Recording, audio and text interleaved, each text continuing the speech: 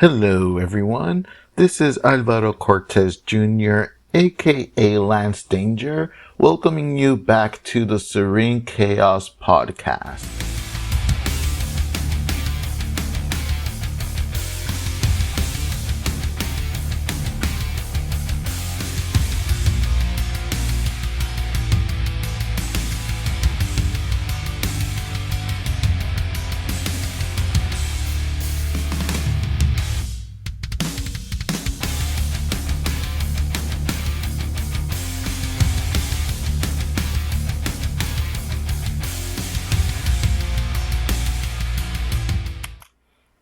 Thank you all for sharing with me in yet another episode. This marks a landmark in the Serene Chaos podcast. This is the 4th episode, making it one episode longer than the original podcast I made. It's also the most consistent I've been producing, making, scheduling these episodes, which has been a ton of fun, and I hope it's been showing in the end product. And speaking of fun, just a small reminder. I am a 15-year veteran making webcomics and indie comics. One half of Truthful Comics, along with Manuel Carmona. You can find all of our webcomics, comic books, blogs, and a lot of other stuff at www.truthfulcomics.com.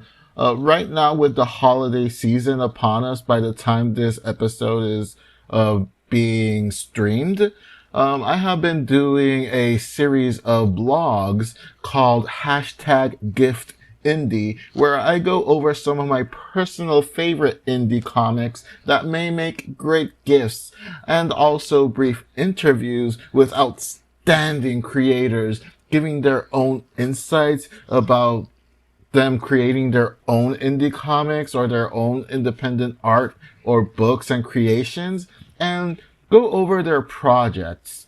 And if you want to check out my own personal stuff, you can definitely head over to www.artofalvaro.com, where you can find my webcomics, my comic books, my more personal blogs, art excerpts of stories that I've written, a lot of cool stuff that will hopefully bring you some entertainment and a little bit of value to whatever you might want to do yourself.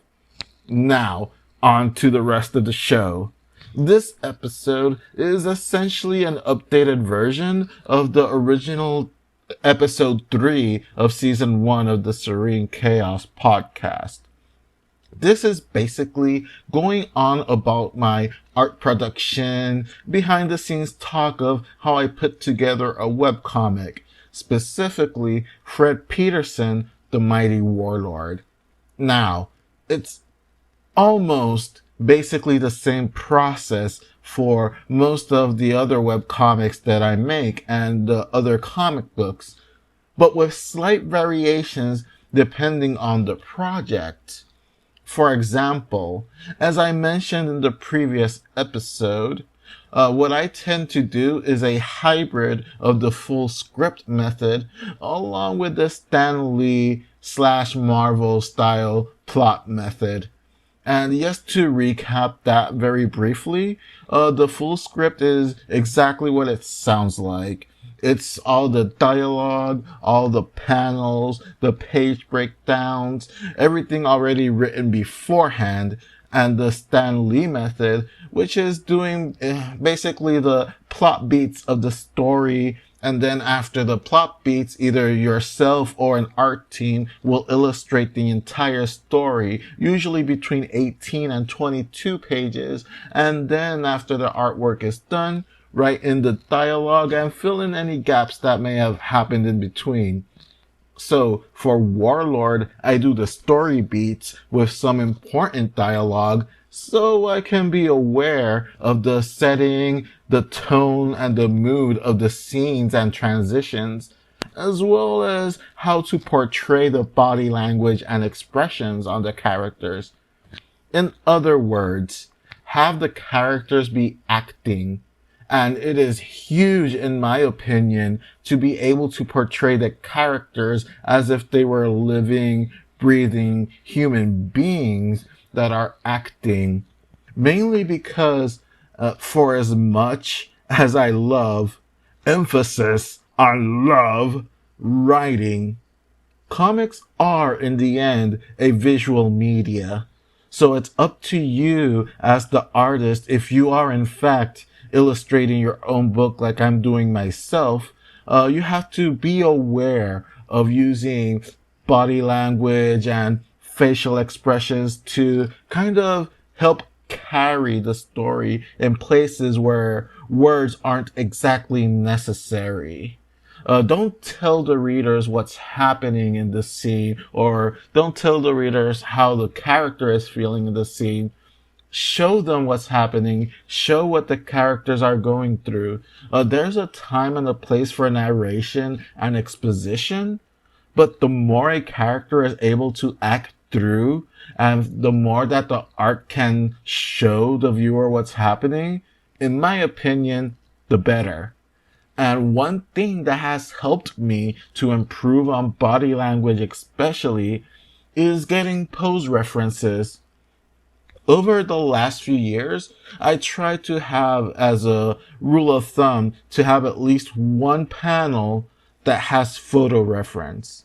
Be it from a book that has pictures, you can go online on the internet, Pinterest if you want to do it from an app. And also, I've been snapping pictures of myself on my cell phone, having a pose or a facial expression in particular, and it helps me personally to kind of visualize that expression and mood that I want to do. And I'm not going to do the exact same pose or the exact same expression that I'm using, but I'm using it more as a starting point and using it to kind of play around with the possibilities and the exaggerations that you can get away with this kind of comic book art. And it also helps to add a little more believability and nuance to different scenes as well.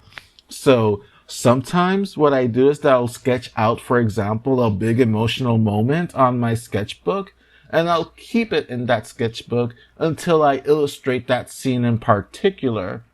And how I go about doing the scenes in the comic book is that after I have all my script set, I'll take a notebook and I'll start thumbnailing everything from the cover all the way up to the end page. It's essentially doing a storyboard of the webcomic. So I can know when to slow down or ramp up the story, where to make a big scene effective, not just as a webcomic, but as a comic when it's eventually made into a print physical copy of the comic as well. On a webcomic, since in most cases you drop it one page at a time, or maybe 3 pages at a time, building suspense and anticipation can be much different compared to the experience of actually turning a page one by one when you're holding an actual comic book in your hand.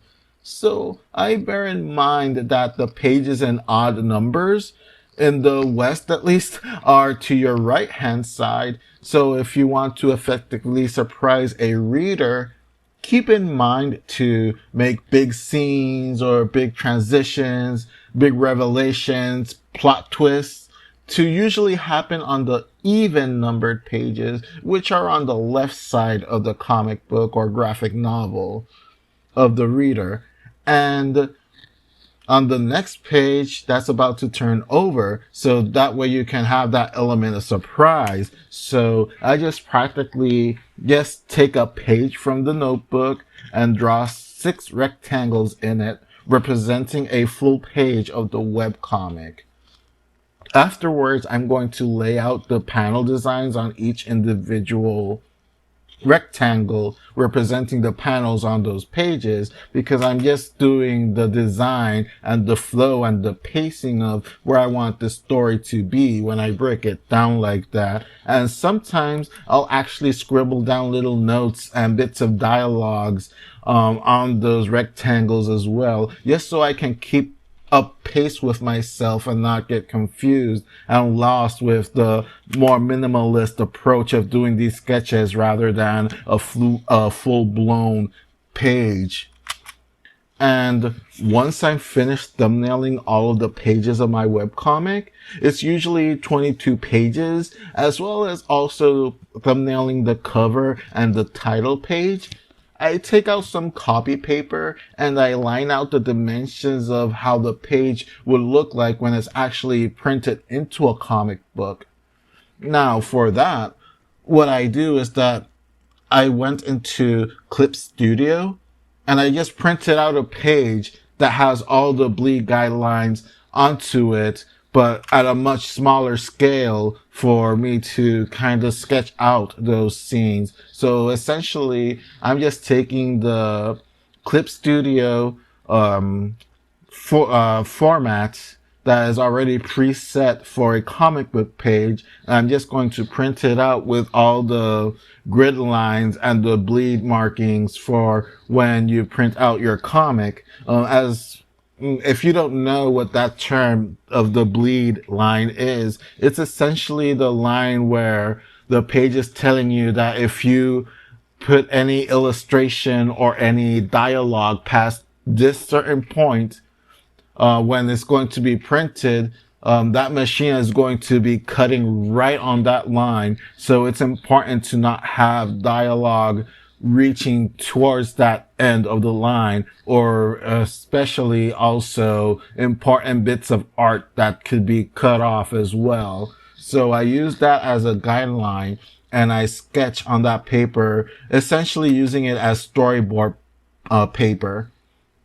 And once I do that, I'll pencil sketch the page, then I scan it into the computer, and then do the rest in Clip Studio, such as the full pencils, inking, coloring, effects, and lettering. If you are all curious to actually see that process, I may show how I do a page from start to finish as a time-lapse video on my YouTube channel or something. I do have other time-lapse videos of doing artwork on my YouTube channel, so if you're curious about that as well, you can definitely go to youtube.com/Lance Danger, or you can just search Lance Danger on the YouTube search as well, and you'll see me pop up. My icon on YouTube is that green kind of like warning danger sign with a exclamation point in the middle. So that aside, once all that is done, I save two versions of the comic book page: a print-friendly, high-resolution page that I can later use to put it together to do the print version of the comic, and a lower resolution, web-friendly version that I upload to a webcomic hosting site like the Duck Webcomic, and also to the Truthful Comics and the Art of Alvaro websites as well. And again, there is a big difference between putting a high resolution and a low resolution on either or of those spectrums. For example, like I have said before in other videos and other podcasts, Fred Peterson, the Mighty Warlord, the reason is that there are no other print comics after the original run that I printed out of the prologue, the webisodes, and issues 1 and 2, is because the original artwork got destroyed by accident in natural disasters. And the computers where I had all the files and the CDs that I had all the files burned into also got destroyed in those same natural disaster scenarios. So the only thing I have available would be the low resolution, web friendly pages that are out there on the internet. Now, I could use those pages that are web friendly and blow them up so it can be printed, but the print quality is going to look very blurry and pixelated because you're essentially expanding image that if you were to print the actual size, it's probably just going to be a small corner of your paper. And you're going to blow that up into a full size paper. That's essentially using like a quarter, maybe less of the paper and just ballooning it up is going to lose a lot of that line quality and that color quality as well, especially since it's JPEG files. If it was something that was done like an Illustrator and it was a vector file, which can be expanded and it won't lose that much resolution, it would have been fine. But I respect my readers too much like to put up something that's very low quality. You know, if somebody's going to pay to read a comic that I made, I am going to make sure that it's going to be the best possible product that I'm going to put out there. And I'm not going to settle for less in that aspect, at least. And then on the other end, I try to avoid putting high resolution images online unless it is on my Patreon where you would have to go behind a paywall to download the high resolution. Because if you print only the high resolution images, it makes it a lot easier for people to just download and pirate and scalp your art, and pretty much a lot of art theft happens that way. People claiming to be you, or perhaps taking an illustration that you made and passing it off as one of theirs, or even tracing over it and do minor alterations. You don't want to hand them on the silver platter a high resolution image where they can, feast upon it. Put out a low resolution image that will look well enough that the reader can see and understand the artwork and the lettering. And it varies for how you're feeling comfortable with the size. You can definitely make different sizes, and then you can post it like either in a private site or just post it in a webcomic hosting site, but delete it afterwards, and just kind of compare and see which size is more comfortable for you as a reader. So you have to kind of put yourself in the reader's shoes as well to see what's more comfortable, that the lettering isn't too small or too big, that it's just right, that a person can just read it smoothly, and that also your art is as crisp and clear as possible as well. So you have to keep that in mind to keep both the print version of the comic happy with a nice high resolution artwork, and of course the webcomic reading community happy with low resolution images that are easy to read and easy to follow as well. So, in a nutshell, that's pretty much the process of how I do at least Fred Peterson, the Mighty Warlord. Of course, as I said in the beginning, this process varies from project to project.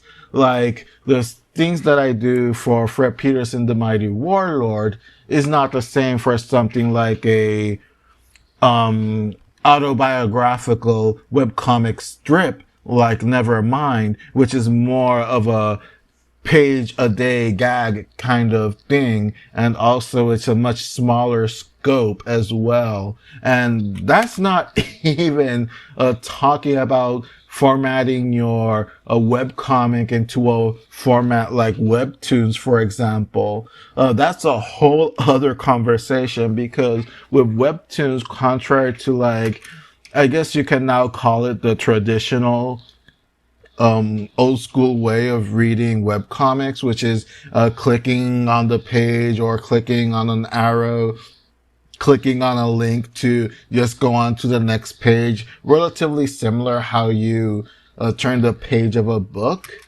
With webtoons and apps that are similar to it, you have to actually scroll down a continuous page that's usually on smart devices like cell phones and tablets, iPads. So webtoons really takes advantage of the functionality of touchscreens. But I'm getting a little bit ahead of myself. Soon, very soon. Wink, wink. And with that, that will be all for this episode.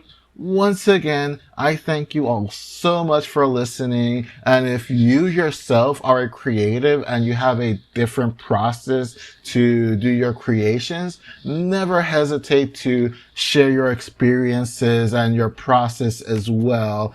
And if you're doing comics or webcomics for the first time, or you're just about to start doing one, I hope that everything that I've been talking about has been of some value to you. And if there's one more thing I can add, which is something that I made a lot of focus on before on the older episodes as well, is for you to have fun.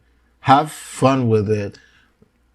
As I stated before in those old recordings as well, sometimes you just have to be that little kid again that would grab a crayon and not give a damn about what anyone else says. You're just going to have fun, open up a world of imagination with that crayon and just get lost in the moment. That is the greatest sensation in the world, in my opinion, to just free your mind and have it be surrounded by creativity, and then take that and realize it into physical form, whether that be on a piece of paper, whether it's a canvas, whether it's a digital canvas. Just go out there, create, and have fun. Because sometimes with everything that happens in our lives, we just kind of forget to have fun and kind of cater to our own little kid that lives inside us that sometimes we don't really listen to due to the outside noise. Well, when you create, that is time for you to just kind of reflect and have a conversation with that kid and let the fun out, man. Thank you all for listening, and until next time, stay creative, my friends.